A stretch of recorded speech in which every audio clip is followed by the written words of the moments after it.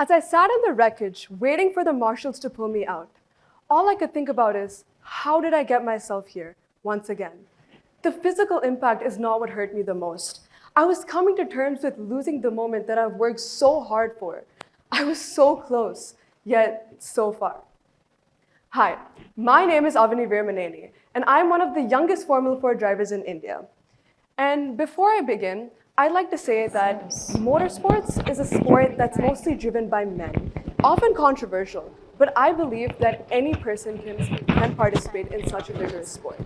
For me, confidence was one of my biggest allies in the sport. Confidence was one of my biggest allies in the sport, where I didn't know if I could make it. There were moments in my head where I was like, how can I do this again? How can I make myself better? And can I make myself better? And am I able to do that efficiently?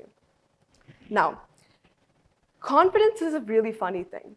Confidence is something that you didn't know you have in yourself, but when you go out and perform, you perform your very, very best. I was put in a situation where I was an underdog in a male-dominant sport. I didn't know what I was getting myself into. I was one girl within like about 20 to 30 men, and I didn't know if I could make it out. I thought that, okay, since I'm the youngest girl, can I do it? Can I do it as good as them?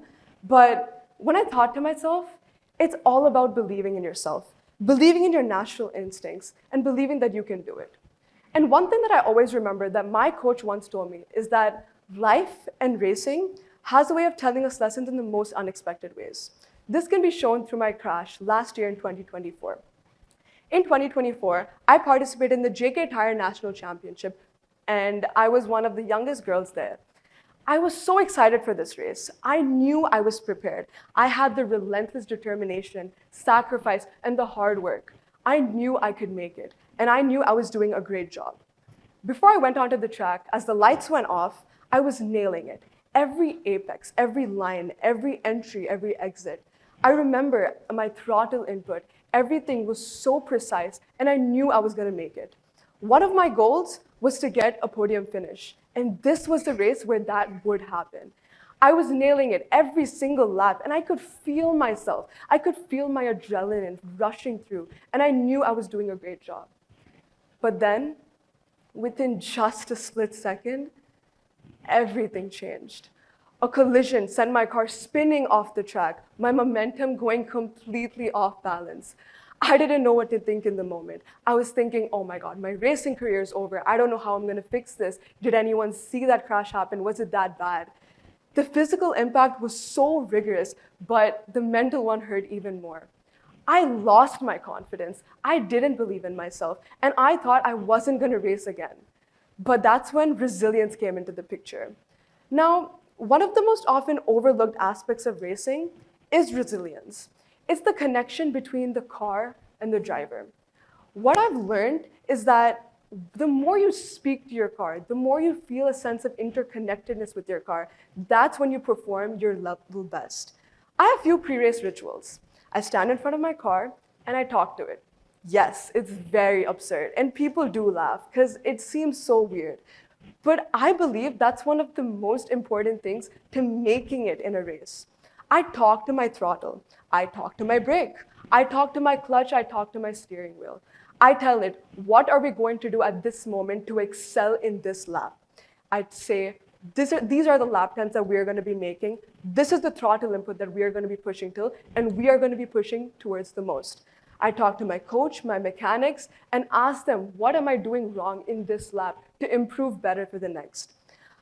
For this race, about that crash, I was so prepared.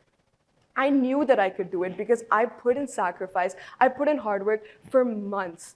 And I went through a lot of hesitation and overthinking, but at the end, with the people that are closest with me, I knew I would make it out well. And what I always loved about racing is how beautiful it is. You are sitting in a car with many people watching you, and you're going lap by lap. And it's just such a beautiful story to tell.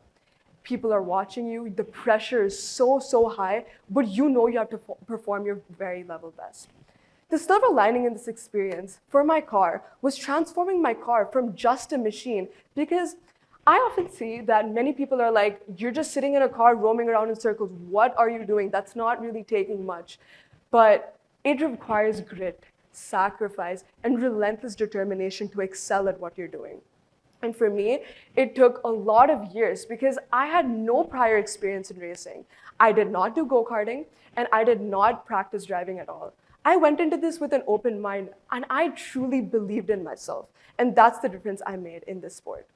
Now, let me ask you a question. How many times have you doubted yourself, hesitated, or even felt like you were not good enough? You woke up one day, looked in the mirror, and you thought, I don't think I'm gonna make it today. I don't think I'm gonna do this. Maybe it was a career setback. Maybe it was a tough exam, or maybe it was a personal loss.